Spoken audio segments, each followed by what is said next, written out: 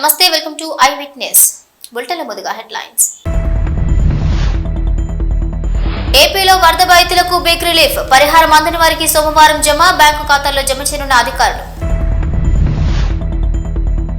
పవన్ కళ్యాణ్ తో ఆర్డబ్ల్యూఎస్ ఉద్యోగులు పెండింగ్ జీతాలు, ఉద్యోగ భద్రతపై రిక్వెస్ట్, జీతాలు విడుదలయ్యేలా చూస్తారని చెప్పారు. తెలంగాణ ప్రభుత్వం కీలక నిర్ణయం, హైడ్రా కూల్చివేతలు నిలుపుదల, చెరువుల FTL నిర్ధారణ.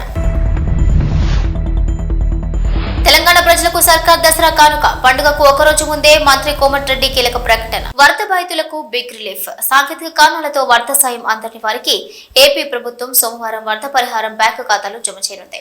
ఇప్పటి వరకు 98% మందికి వరద పరిహారం అందింది. అయితే బ్యాంకు ఖాతాతో ఆధార్ అనుసంధానం సహా ఇతరత్ర కారణాలతో సుమారుగా 21,000 మందికి పరిహారం అందలేదు. ఇక ఈ నేపథ్యంలో వారందరికీ మిగిలిన 18 కోట్లను బ్యాంకు ఖాతాలో జమ చేయనుంది. స్థానిక జిల్లా కలెక్టర్ల పర్యవేక్షణలో ఈ కార్యక్రమం జరుగుతుందని ప్రభుత్వం తెలిపింది. ఏపీలో వరద పరిహారం ఇంకా అందని వారికి బిగ్ రిలీఫ్. ఇక వివిధ కారణాల వల్ల వరద పరిహారం అందని వారికి సోమవారం పరిహారం పంపిణీ చేయాలని ఆంధ్రప్రదేశ్ ప్రభుత్వం నిర్ణయించింది. వరదల కారణంగా సుమారు 4 లక్షల మంది ప్రభావితులయ్యారనే అంచనాతో ప్రభుత్వం వరద పరిహారం విడుదల చేసింది. మొత్తం 602 కోట్లు విడుదల చేయగా ఇప్పటికే చాలా మందికి వారి బ్యాంకు ఖాతాల్లో పరిహారం మొత్తం జమైంది. అర్హులైన వారిలో ఇప్పటి వరకు 98% మందికి పరిహారం జమ చేసినట్లు ప్రభుత్వం వెల్లడించింది. మిగతా 2% మందికి కూడా వివిధ కారణాలతో పరిహారం అందలేదని వారికి సోమవారం అందిస్తామని అధికారులు తెలిపారు. గొంతు వరకు నీళ్లున్నాయి, బోట్లేసుకొని తిరిగారు, భోజనం సరఫరా చేయలేకపోయాం, నీళ్లు ఇవ్వలేకపోయాం, కనీసం బయట వచ్చే పరిస్థితి లేదు. వాళ్ళు ఏం చేయాలో దిక్కు తెలియకుండా 5-6 లక్షల మంది నీళ్లు లేకుండా, తిండి లేకపోతే అక్కడే ఉండి రాత్రి పగళ్ళు పనిచేశాం. నేను అందుకే ఆ రోజు ఒక నిర్ణయం చేశా, ఏదో రూమ్లో కూర్చొని పనిచేస్తే లాభం లేదు, ఇలాంటి సమయంలో ప్రజలకు అందుబాటులో ఉండాలని బురదలో నడిచా, ట్రాక్టర్లు ఉపయోగించా, అదే మరి ప్రొక్లైన్ దొరికితే ఎక్కా, ఏ వాహనం దొరికితే ఆ వాహనానికి లాస్ట్ మైల్ వరకు వెళ్లి ప్రతి ఒక్కరికి మళ్లీ అన్ని సదుపాయాలు ఇచ్చి వాళ్ళని మామూలు మనుషులు చేసిన తర్వాతనే బయట వచ్చాం. ఒక పట్టుదలతో మానవత్వంతో పనిచేశాం. నన్ను అర్థం చేసుకున్నారు ఈ సత్య సేవకులందరూ. నాకంటే పోటీపడి పనిచేశారు, బ్రహ్మాండంగా పనిచేశారు. వారిని మనస్ఫూర్తిగా పనిచేస్తున్నా. ఈరోజు విజయవాడలో అంటువ్యాధులు రావాల్సింది 10 రోజులు. గార్బేజ్ నీళ్లు, వరద నీళ్లు, మురిక్కాలం నీళ్లు, అన్ని నీళ్లు కలిసిపోయి గందరగోళంగా ఉంటే వీళ్లు చేసిన సేవా కార్యక్రమాల ద్వారా ఒక్కరికి కూడా అంటువ్యాధి రాలేదంటే అది వారు చేసిన సేవ. గట్టిగా చప్పట్లు కొట్టి మీరందరూ అభినందించాల్సిన అవసరం ఉంది. అది మానవ సేవ. ఇలాంటి కార్యక్రమాలు చేసినప్పుడు ముందుకు వచ్చారు, అందరం కూడా వెళ్ళాం. అయితే వాళ్ళ కష్టాలు నేను చూసిన తర్వాత నేను కూడా మీరు చూస్తే చరిత్రలో ఎప్పుడూ ఇవ్వని ప్యాకేజ్ ఇచ్చాను. ఒక ఇంట్లో నీళ్లొచ్చి ఇబ్బంది పడ్డారంటే 25,000 రూపాయలు ప్రతి ఒక్క ఇంటికి ఇచ్చామంటే అది ఒక పట్టుదలతో చేశాం. ఇంతవరకు ఎప్పుడు కూడా 2,000, 1,000 రూపాయలు ఇచ్చి పంపించేసేవాళ్లు. నేను ఒకటి ఆలోచించాను, కష్టాల్లో ఉన్నప్పుడు, సమస్యలున్నప్పుడు మానవతా దృక్పథంతో ఆలోచించాలి. మీనమేషాలు లెక్క పెట్టకూడదనే ఉద్దేశంతోనే 25,000 ఇచ్చా. 2 వీలర్స్ దెబ్బతింటే వాళ్లకు 3,000 ఇచ్చా. ఆటోలకు 10,000 ఇచ్చా. ఇంకో పక్క 10 రోజులు ఉన్నాయి కాబట్టి మిద్ది పైన ఉండే వాళ్ళకు కూడా 10,000 రూపాయలు ఆర్థిక సహాయం చేశాం. నేను చేసిన సహాయం అందరూ గమనించి ప్రపంచం మొత్తం కూడా స్పందించారు. అమెరికాలో ఉండే తెలుగు వాళ్ళు ఇంటికి ఫోన్ చేసి నేను చెప్తున్నా మీరెళ్లి సీఎం రిలీఫ్ డబ్బులిమ్మని వాళ్ళ తల్లిదండ్రులు పంపించారంటే అది ఎంతో స్ఫూర్తినిచ్చిందని చెప్పి కూడా నేను మీకు తెలియజేస్తున్నా. కష్టం ఫలించింది, సమాజం గుర్తించింది. మామూలుగా కాదు, 440 నుంచి 50 కోట్ల రూపాయలు, అంటే 450 కోట్ల రూపాయలు సీఎం రిలీఫ్ డబ్బులు వచ్చాయంటే నా జీవితంలో ఎప్పుడు నేను చూడలా. చాలా మంది ముందుకు వచ్చారు, ఒకే మాట చెప్పారు, ఇప్పుడు కూడా మేము ఇవ్వకపోతే, ఇప్పుడు కూడా మేము మీనమేషాలు లెక్కేస్తే మేము మనుషులమే కాదు, మానవ జన్మే కాదు, నాకు కూడా బాధ్యత ఉందని వచ్చారు. అది బ్రహ్మాండమైన స్ఫూర్తి, నాకు కూడా ఎక్కడ లేని కిక్ అని చెప్పి కూడా నేను మీకు తెలియజేస్తున్నా. ఆంధ్రప్రదేశ్ డిప్యూటీ సీఎం పవన్ కళ్యాణ్ కీలక ప్రకటన చేశారు. రాష్ట్రంలో ఆర్డబ్ల్యూఎస్ గ్రామీణ నీటి సరఫరా విభాగంలో ఇంటర్నల్ వాటర్ క్వాలిటీ మానిటరింగ్ ల్యాబొరేటరీలో పనిచేసే ఒప్పంద ఉద్యోగులకు పెండింగ్ జీతాలు చెల్లింపుపై స్పందించారు. ఈ మేరకు తాను అధికారులకు ఆదేశాలు ఇస్తారని హామీ ఇచ్చారు. ఆర్డబ్ల్యూఎస్ ఉద్యోగులు మంగళగిరిలోని పవన్ కళ్యాణ్ నివాసంలో కలిసి వినతి పత్రం ఇచ్చారు. రాజకీయ ఒత్తిళ్లతో తమను ఉద్యోగాల నుంచి తొలగిస్తున్నారని, 3 నెలలుగా జీతాలు ఇవ్వడం లేదని ఆవేదన వ్యక్తం చేశారు. కడప జిల్లా కమలాపురం ల్యాబ్ లో హెల్పర్ గా పనిచేస్తున్న తనను 3 నెలల క్రితం విధుల నుంచి తొలగించారని జి సుజన అనే దివ్యాంగురాలు పవన్ కళ్యాణ్ కు చెప్పారు. తనకు పుట్టుకతోనే ఒక కిడ్నీ లేదని, బరువులు ఎత్తే పనులు చేయలేనన్నారు. ఏ ఆధారం లేని తనకు తిరిగి ఉద్యోగం ఇప్పించి ఆదుకోవాలని సుజన డిప్యూటీ సీఎం ను కోరారు. ఇక విషయం గురించి అధికారులతో మాట్లాడతానని పవన్ కళ్యాణ్ ఆమెకు ధైర్యం చెప్పారు.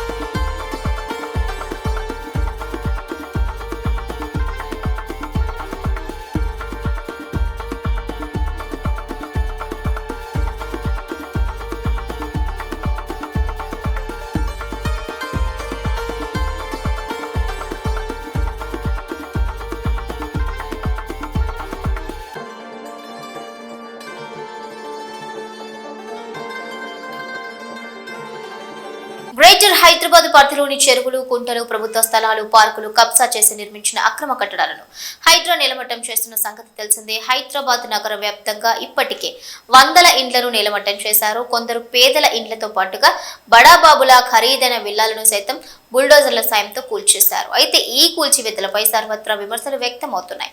ఇటీవల అమీన్పూర్, పటేల్గూడ ప్రాంతాల్లో కూల్చివేతలు చేపట్టగా బాధితులు హైకోర్టును ఆశ్రయించారు. విచారణ సందర్భంగా హైడ్రా కూల్చివేతలపై హైకోర్టు ఆగ్రహం వ్యక్తం చేసింది. ఏ ప్రాతిపదికన కూల్చివేతలు చేపడుతున్నారంటూ ప్రశ్నించింది.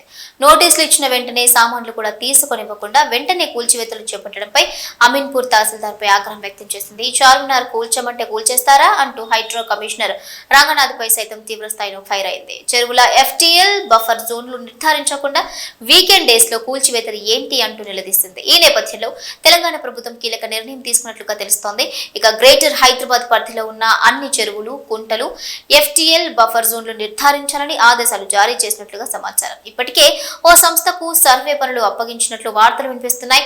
ఈ ప్రక్రియ మొత్తం పూర్తి కావడానికి దాదాపు 3 నెలల సమయం పట్టే అవకాశం ఉందని అధికార వర్గాల సమాచారం. దీంతో 3 నెలల పాటు హైడ్రా కూల్చివేతలు బ్రేక్ పడనున్నాయి. చెరువులకు హద్దులు నిర్ణయించిన తర్వాత ఆయా ప్రాంతాల్లో ఆక్రమణలు ఉంటే అప్పుడు కూల్చివేతలు చేపట్టాలని ప్రభుత్వం భావిస్తోందట. సంచలన నిర్ణయాలతో దూసుకుపోతున్న రేవంత్ రెడ్డి సర్కార్ మరో ప్రతిష్టాత్మక కార్యక్రమం వైపు అడుగులు వేస్తోంది. ఈ క్రమంలో తెలంగాణ ప్రజలకు మంత్రి కోమటిరెడ్డి వెంకటరెడ్డి తీపి కబురు వినిపించారు. తెలంగాణలో విద్యార్థులకు మెరుగైన విద్య అందించడమే లక్ష్యంగా రేవంత్ రెడ్డి ప్రభుత్వం ప్రతిష్టాత్మక కార్యక్రమమైన young India integrated residential schools నిర్మిస్తోంది. ఇప్పటికే ఈ ఇంటిగ్రేటెడ్ స్కూల్స్ పైలట్ ప్రాజెక్ట్ కింద కొడంగల్, మధురలో క్యాంపస్లు నిర్మిస్తున్నారు. ఆ తర్వాత అన్ని నియోజకవర్గాల్లో ఈ ఇంటిగ్రేటెడ్ స్కూల్స్ ప్రారంభించనున్నారు. ఈ క్రమంలోనే ఆదివారం రోజున సచివాలయంలో young India integrated residential school complex నమూనాలు విడుదల చేస్తారు.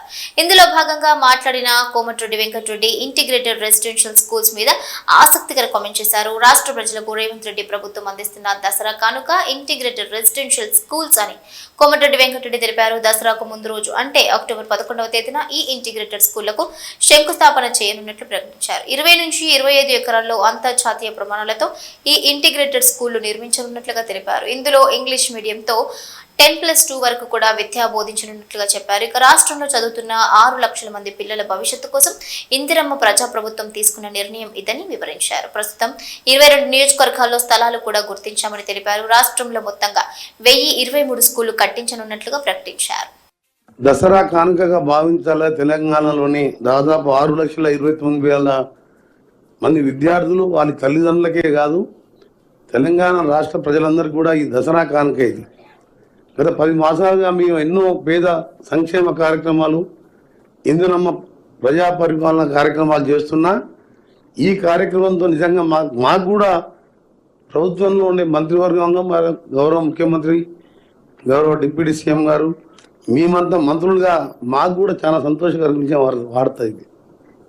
6,29,000 మంది ఒక 1000 స్కూళ్ళలోనే ఇప్పుడే మా గౌరవ పెద్దలు చెప్పిన నేను ఎల్బినర్ అక్కడ స్టాఫ్ వచ్చి నా దగ్గర కలిసి 20 రూమ్లలో 700 మంది ఉంటున్నాం సార్, మా పరిస్థితి చెప్పండి, బాత్రూమ్ లేవు, ఆ బిల్డింగ్ ఓనర్ పట్టించుకుంటలేడు, ఇబ్బంది ఉందని చెప్పి ఎంటైర్ స్టాఫ్ పొద్దున్న వచ్చి కలిస్తే నేను రేపు మండే వచ్చి విజిట్ చేస్తాను, టెంపరీ అదనంగా ఇంకొక బిల్డింగ్ తీసుకుందాం, ఈ లోపల మా ప్లాన్ ఒకటి ఉన్నది గవర్నమెంట్ అని.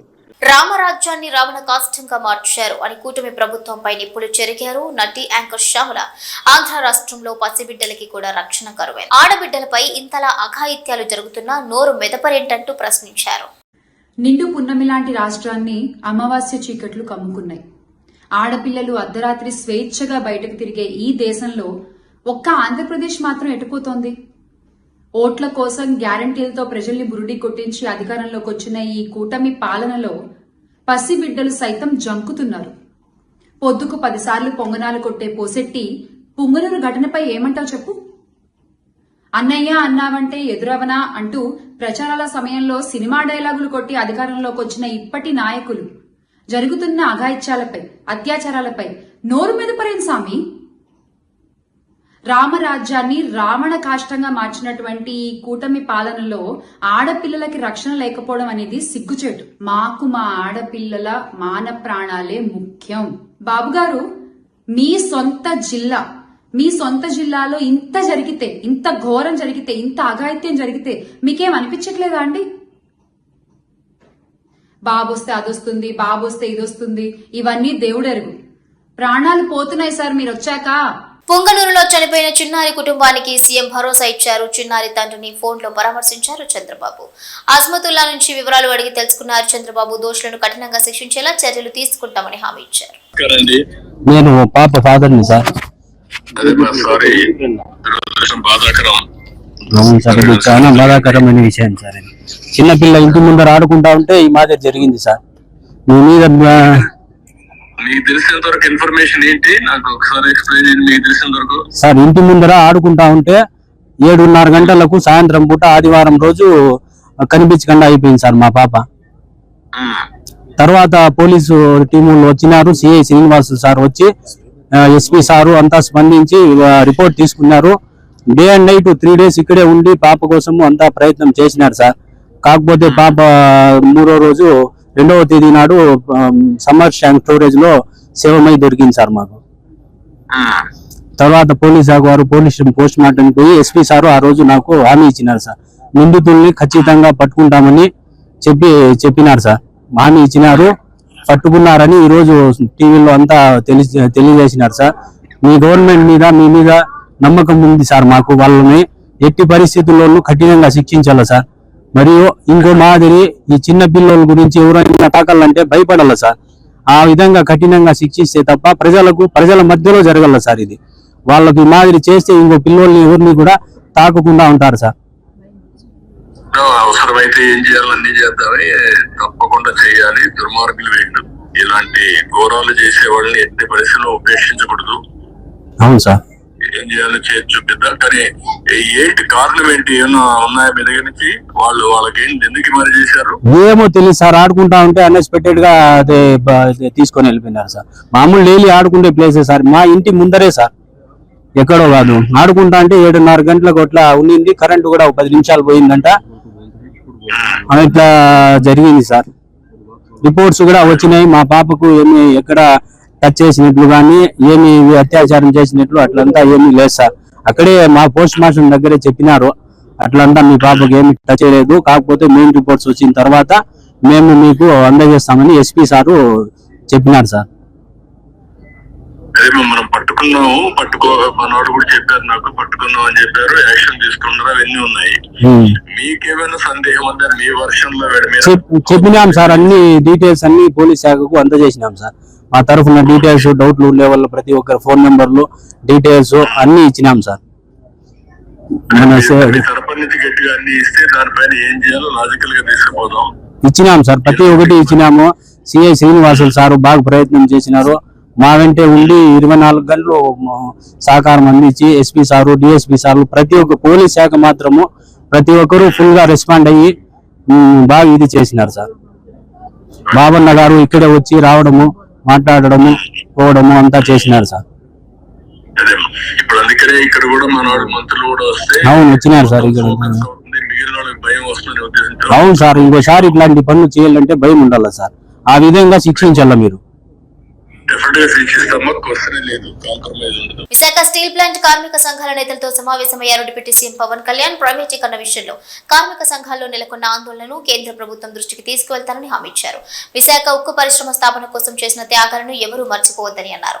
పరిశ్రమను కాపాడుకోవాలనే భావోద్వేగం కార్మికులు, ఉద్యోగులు వారి సంఘాల్లో ఉండాలని సూచించారు. ఉద్యోగులు, కార్మికులు, భూ నిర్వాసితుల ప్రతిపాదనలు కేంద్ర ప్రభుత్వానికి తెలియజేస్తా అన్నారు డిప్యూటీ సీఎం పవన్ కళ్యాణ్. మార్కెట్లో టమాటా ధరలకు రెక్కలొచ్చాయి. నెల కిందట వరకు కిలో 30 నుంచి 40 ఉన్న టమాటా ధర ఇప్పుడు ఏకంగా సెంచరీకి దగ్గరలో ఉంది. ప్రస్తుతం రైతు బజార్లు, హోల్సేల్లో కిలో 70 నుంచి 80 ఉండగా రీటైల్ మార్కెట్లో దాదాపు 90 రూపాయలు పలుకుతోంది. దక్షిణ కైలాస క్షేత్రం శ్రీకాళహస్తిలో శ్రీ జ్ఞాన ప్రసూనాంబికా దేవి శివుని ప్రత్యక్ష అలంకారం రూపంలో భక్తులకు అనుగ్రహించారు. భక్తులు ఆధ్యాత్మిక పరవశంతో తన్మయం చెందుతూ మొక్కులు చెల్లించుకున్నారు. శ్రీకాళహస్తీశ్వర ఆలయంలో నిన్న రాత్రి అమ్మవారి ప్రత్యక్ష అలంకార ఉత్సవాన్ని నేత్రపూర్వంగా జరిపారు. ఆలయంలోని అలంకార మండపంలో అమ్మవారు, స్వామివార్లు ఉత్సవమూర్తులకు దివ్య అలంకారాలు చేశారు. ఉత్సవమూర్తులను మంగళ వాయిద్యాలు నడుమ ఆలయ ప్రాకార ఉత్సవానికి చేపట్టారు. ఇక ఊరేగింపుగా తీసుకొచ్చి బాల జ్ఞానాంబిక సన్నిధిలో అమ్మవారిని కొలువు తీర్చి విశేష దీపారాధన జరిపారు.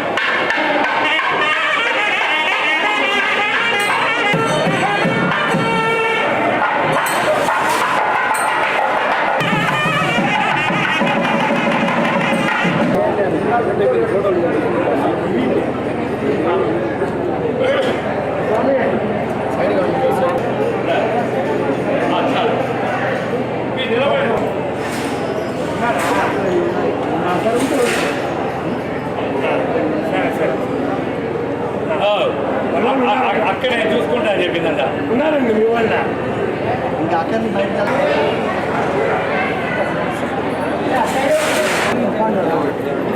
కావాలి కదండి.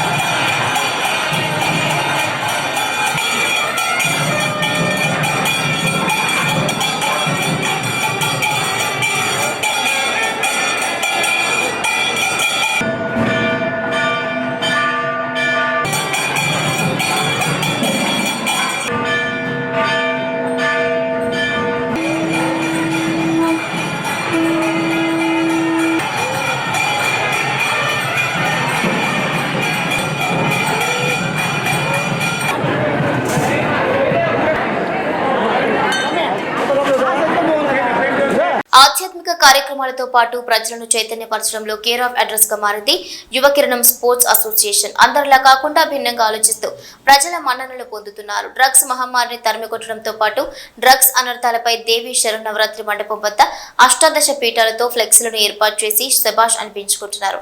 సిద్దిపేట జిల్లా దుబ్బాక పట్టణంలో యువకిరణం స్పోర్ట్స్ అసోసియేషన్ ఆధ్వర్యంలో మొదటిసారిగా ఏర్పాటు చేసిన దేవి శరన్నవరాత్రి ఉత్సవాలు ఇప్పుడు అందరి దృష్టిని ఆకర్షించాయి. నేటి యువతలో డ్రగ్స్ అనర్థాలపై చైతన్యం తీసుకురావడంతో పాటు భక్తి భావాన్ని పెంపొందించాలనే ఉద్దేశంతో వినూత్న ఆలోచనకు ముందడుగు వేశారు. అమ్మవారి మండపం వద్ద యువత మేలుకో డ్రగ్స్ మహమ్మారిని తరిమికొడదామంటూ మండపానికి వినూత్నంగా అష్టాదశ పీఠాల మాదిరిగా ఫ్లెక్సీలను ఏర్పాటు చేశారు. మత్తుకు బానిసై నేటి యువత జీవితాలు చిత్తు చేసుకుంటున్నారనే ఉద్దేశంతో వినూత్నంగా ఆలోచించి డ్రగ్స్ పై అవగాహన కల్పించడం జరుగుతుందని తెలిపారు. అమ్మవారి దర్శనం కోసం వచ్చే భక్తులకు ఆధ్యాత్మిక కార్యక్రమాలతో పాటుగా డ్రగ్స్ నిర్మూలనపై అవగాహన కల్పిస్తున్నారు. అమ్మవారి దయతో రాష్ట్ర వ్యాప్తంగా డ్రగ్స్ మహమ్మారి యువత నుండి దూరం కావాలని స్పోర్ట్స్ అసోసియేషన్ కోరుతున్నారు. ఇక సామాజిక కార్యక్రమాల్లో ముందుంటూ యువకిరణం స్పోర్ట్స్ అసోసియేషన్ భక్తులు, ప్రజలు, అధికారులతో పాటు పోలీసుల మన్ననను పొందుతున్నారు. అందరిలా కాకుండా భిన్నంగా ఆలోచిస్తూ ఏర్పాటు చేసిన అమ్మవారి వద్దకు తల్లిదండ్రులే వారి పిల్లలను తీసుకుని పెద్ద సంఖ్యలో తరలిరావడం విశేషం. శ్రీమాతే నమః. యువకిరణం స్పోర్ట్స్ అసోసియేషన్ వారి ఆధ్వర్యంలో శ్రీ దేవి శరన్నవరాత్రి ఉత్సవాల భాగంగా ఈరోజు రాజరాజేశ్వరి దేవి అలంకారం జరగడం జరిగింది. తీసుకొని దానికి ఏంటంటే డ్రగ్స్ మత్తు వదలరా అనే కాన్సెప్ట్ తోటి మేము ఇక్కడ ఒక చిన్న ఫ్లెక్సీలు ఏర్పాటు చేయడం జరిగింది. ఈ ఫ్లెక్సీలు ఎందుకు ఏర్పాటు చేసినామంటే ఇక్కడికి వచ్చే భక్తులు కానీ ప్రజలు కానీ ఆ ఫ్లెక్సీలను చూసి మత్తుకి ఇంత బానిస ఉందా, డ్రగ్స్ వల్ల ఇంత వ్యసనాలు అవుతున్నాయా, ఇంత దారి వేస్తుందా అని చెప్పేసి వాళ్ళు ఆలోచించుకుంటూ ఉంటున్నారు. అట్లానే మేము ఇక్కడ 18 అష్టాదశ శక్తి పీఠాల ఫ్లెక్సీలను ఏర్పాటు చేయడం జరిగింది. ఎవరికి సాధ్యం కాదు 18 అష్టాదశ శక్తి పీఠాలు దర్శనం చేసుకోవడం ఎవరికి సాధ్యం కాదు. అట్లా కాకపోయినా సరే మనం వాళ్ళకి చిన్న ఒక దర్శన భాగ్యం కల్పిద్దామనేటువంటి ఉద్దేశంతో మేము ఇక్కడ 18 ఫ్లెక్సీలు ఏర్పాటు చేయడం జరిగింది. అమ్మవార్ల ఫ్లెక్సీలు అమ్మవార్ల మంత్రాలు ఏర్పాటు చేయడం జరిగింది. వచ్చిన వాళ్ళందరూ చాలా సంతోషపడుతున్నారు. 18 అష్టాదశ శక్తి పీఠాలు ఉన్నాయి, మంచి దర్శనం చేసుకుంటున్నాం, చాలా సంతోషం ఉంది. అట్లనే డ్రగ్స్ గురించి కూడా ఇక్కడ ఇంత మంచిగా తెలుపుతున్నారు, వీటికి బానిస అవుతున్నారు, వీటికి కాకుండా ఉన్నటువంటి మార్గాలు కూడా చెప్తున్నాం. ఎక్కడైనా సరే డ్రగ్స్ గురించి సమాచారం అందిస్తే 100కు కాల్ చేయండి.